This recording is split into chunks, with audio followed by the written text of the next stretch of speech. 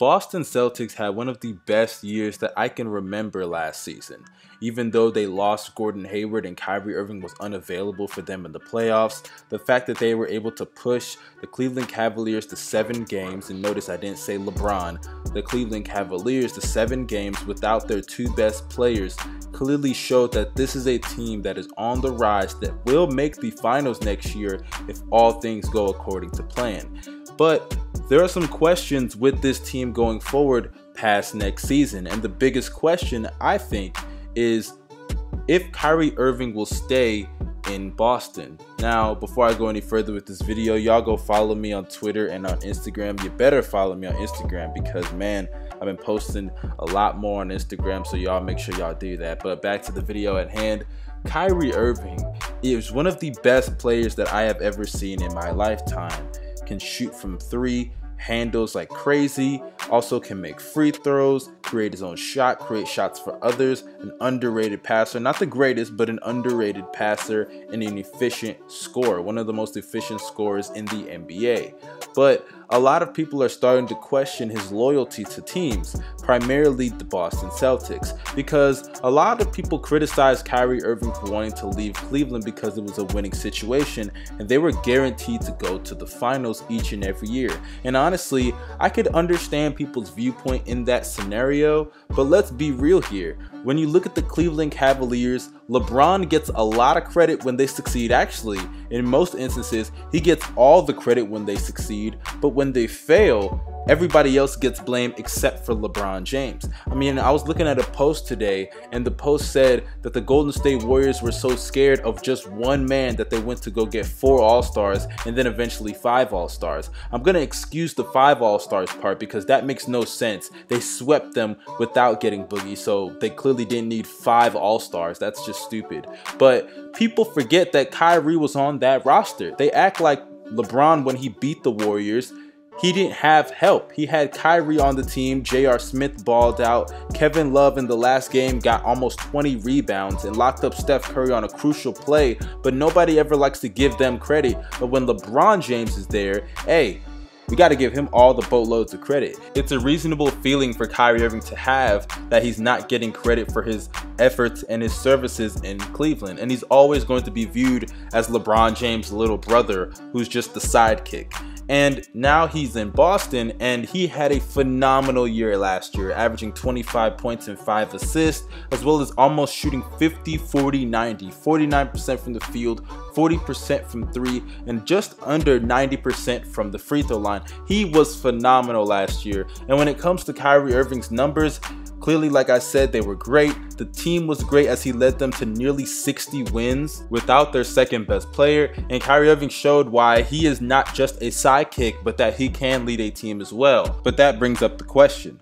Why would Kyrie Irving want to leave a situation like that? I mean, they overachieved and they didn't even have their second best player. They have a good GM in Danny Ainge who's willing to be patient and make the moves. They also have a great young coach in Brad Stevens, who in my opinion is arguably the best coach in the league.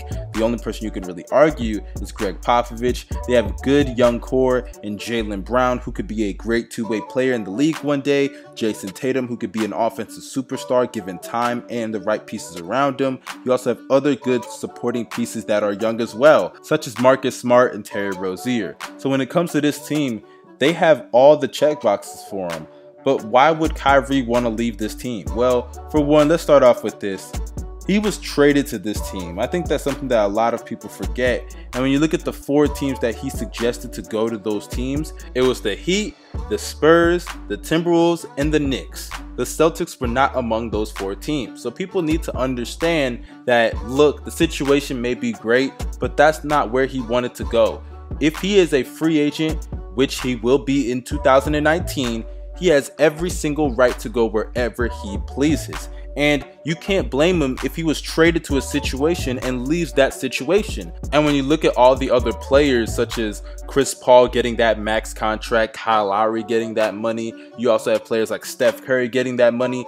Some point guards that he's even better than, he's getting paid less, and he's in a situation where the second best player went down, he got injured, and it sucks to see him on the sideline watching his team when he could have literally gone on the court and they could have beat the Cavs in less than 7 games if he had played.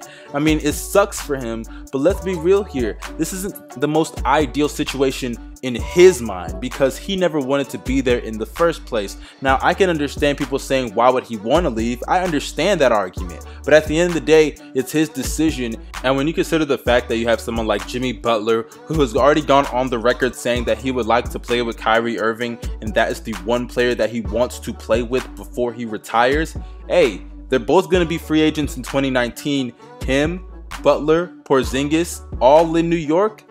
That would be nice because people forget that Kyrie Irving, New York was on his list. That's a nice market. Him to be the face of the New York Knicks, I mean, it doesn't get better than that besides being the face of the Lakers, arguably. And at this point, if you're in a super team with Kristaps Porzingis and Jimmy Butler, that's a pretty solid roster to me. That's a good super team that should make the finals, barring anything happens in the East that is super dramatic, like the Sixers getting Kawhi or getting some top free agent or something like that. So at the end of the day, it is Kyrie's choice. It's in his hands, and I can understand why people are mad, but you got to look at it from both sides. And at the end of the day, like I said, he's a free agent. He has the right to do whatever he wants to do. So you guys let me know in the comment section what you think about this video. This is just something I wanted to do. I know it's not something that's happening this offseason, but there are talks about it because at the end of the day, if he's not willing to commit, I mean, the Celtics got a problem on their hands because they did give up that Brooklyn pick, which could have been something solid for them.